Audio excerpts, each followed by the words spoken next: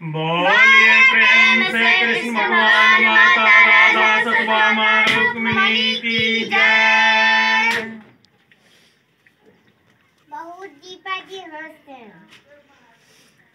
यथा प्रदीप्तं ज्वलनं पतंगा विशन्ति नासाय स्मृतिर्वेगा तथा नसाय विशन्ति लोकास्त्वापि वक्त्राणि स्मृति वेगा।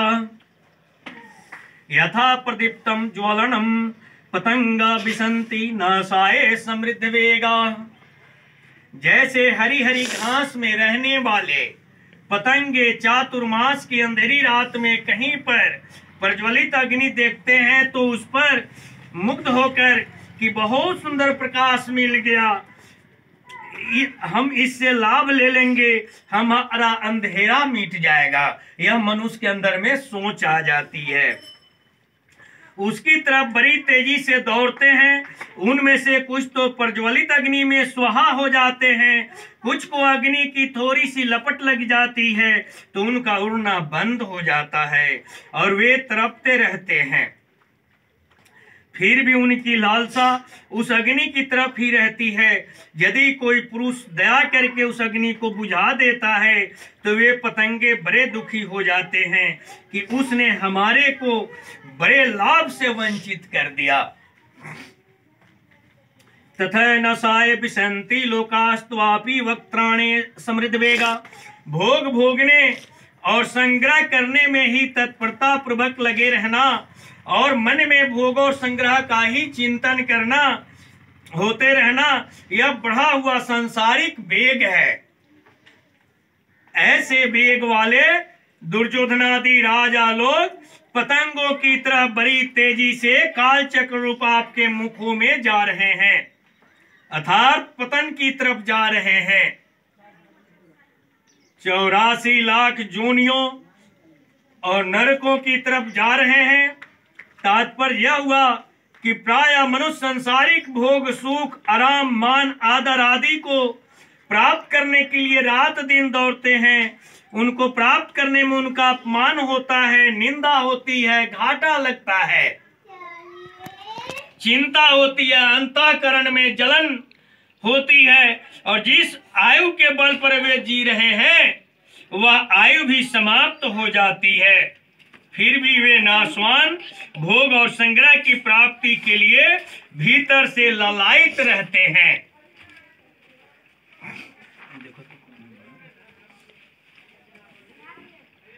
पिछले श्लोक में नदियों का और इस श्लोक में पतंगों का दृष्टांत दिया गया है। पतंगे तो मोहवश लेने की इच्छा से खुद अग्नि में जाते हैं और नदियां अपने आप को देने के लिए समुद्र में जाती है। अतः जो मनुष्य लेने की इच्छा रखते हैं वे पतंगों के समान हैं और जो मनुष्य देने की इच्छा रखते हैं वो नदियों के समान हैं। लेकिन भाव जड़ता है और देने का भाव चेतनता है। लेने की भावना से अशुभ कर्म और देने की भावना से शुभ कर्म होते हैं। लेने की इच्छा वालों के लिए स्वर्ग है और देने की इच्छा वालों के लिए मोक्ष है। कारण कि लेने का भाव बांधने वाला और देने का भाव मनुष्य को मुक्त करने वाला कहलाता है। बोलिए प्रेम से कृष्ण भगवान माता राधा सत्यभामा रुक्मिणी की जय। ले लिह से ग्रसमान समन्ता लोकान समग्रान वदन ज्वलद्भिः तेजो विराप्यूर्जा जगत समग्रम भासस्त वोग्रा प्रतपन्ति भीषणो। ले लिह से ग्रसमान समन्ता लोकान समग्रान वदन ज्वलद्भिः। आप संपूर्ण प्राणियों का संहार कर रहे हैं और कोई इधर उधर न चला जाए, इसलिए बार बार जीभ के लपेटे से अपने प्रज्वलित मुखों में लेते हुए उनका ग्रसन कर रहे हैं। तात्पर्य है कि काल रूप भगवान की जीभ के लपेट से कोई भी प्राणी बच नहीं सकता। तेजो भीरा पूर्जा जगत समग्रम भासस्त वोग्रह प्रतपंति विष्णु। विराट रूप भगवान का तेज बड़ा उग्र है, वह उग्र तेज संपूर्ण जगत में परिपूर्ण होकर सबको संतप्त कर रहा है, व्यथित कर रहा है। यहाँ लोकान समग्रान यानी लोकमात्र तथा जगत समग्रम जड़ चेतन स्थावर जंगम रूप जगन मात्र कहने का तात्पर्य है कि यह सब कुछ भगवान के ही समग्र रूप के अंतर्गत है। गीता में भगवान को भी समग्र कहा है, असंशयम समग्रम माम, कर्मों को भी समग्र कहा है,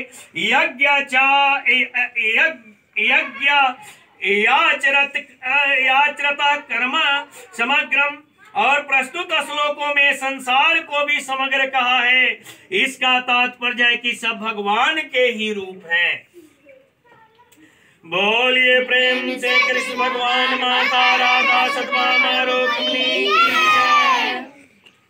आख्याहि मे को भवानुग्र रूपो नमोस्तु ते देवर प्रसिद्ध विज्ञातुमिच्छामि भवन्त माध्यम नहि प्रजानामि तव प्रवीक्तिम्।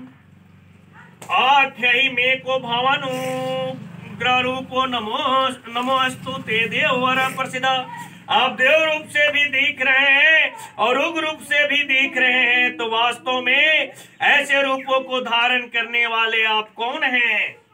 अत्यंत उग्र विराट रूप को देखकर भय के कारण अर्जुन नमस्कार के सिवाय और करते भी क्या। जब अर्जुन भगवान के ऐसे विराट रूप को समझने में सर्वथा असमर्थ हो गए, तब अंत में कहते हैं कि हे देवताओं में श्रेष्ठ, आपको नमस्कार है। भगवान अपनी जीभ से सबको अपने मुखों में लेकर बार बार चाट रहे हैं।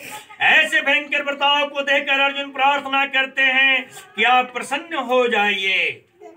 विज्ञातुमिच्छामि भवन्त माध्यम नहि प्रजानामि तव प्रवृत्तिम्। भगवान का पहला अवतार विराट यानी संसार रूप में ही हुआ था। इसलिए अर्जुन कहते हैं कि आदि नारायण है आपको मैं स्पष्ट रूप से नहीं जानता हूँ। मैं आपकी इस प्रवृत्ति को भी नहीं जानता हूँ कि आप यहाँ क्यों प्रकट हुए हैं, और आपके मुखों में हमारे पक्ष के तथा विपक्ष के बहुत से योद्धा प्रविष्ट होते जा रहे हैं। अतः वास्तव में आप क्या करना चाहते हैं? तात्पर्य यह हुआ कि आप कौन हैं और क्या करना चाहते हैं। तात्पर्य यह हुआ कि आप कौन हैं और क्या करना चाहते हैं, इस बात को मैं जानना चाहता हूं, और इसको आप भी स्पष्ट रूप से बतला सकते हैं। एक प्रश्न होता है कि भगवान का पहला अवतार विराट संसार के रूप में हुआ, और अभी अर्जुन भगवान के किसी एक देश में विराट रूप देख रहे हैं। ये दोनों विराट रूप एक ही हैं या अलग अलग? इसका उत्तर है कि वास्तविक तो भगवान ही जाने, पर विचार करने से ऐसा प्रतीत होता है कि अर्जुन ने जो विराट रूप देखा था उसी के अंतर्गत यह संसार रूपी विराट रूप भी था। जैसे कहा जाता है कि भगवान सर्वव्यापी हैं, तो इसका तात्पर्य केवल इतना ही नहीं कि भगवान केवल संपूर्ण संसार में ही व्याप्त हैं, प्रत्युत भगवान संसार से बाहर भी व्याप्त हैं। संसार तो भगवान के किसी अंश में है, तथा ऐसी अनंत सृष्टियां भगवान के किसी अंश में है। ऐसे अर्जुन जिस विराट रूप को देख रहे हैं उसमें संसार भी है और इसके सिवाय और भी कुछ है। भगवान के स्वर्गयुक्त उग्र रूप को देखकर अर्जुन इतने घबरा जाते हैं कि अपने ही सखा श्री कृष्ण से पूछ बैठते हैं कि आप कौन हैं? कालो अस्मि।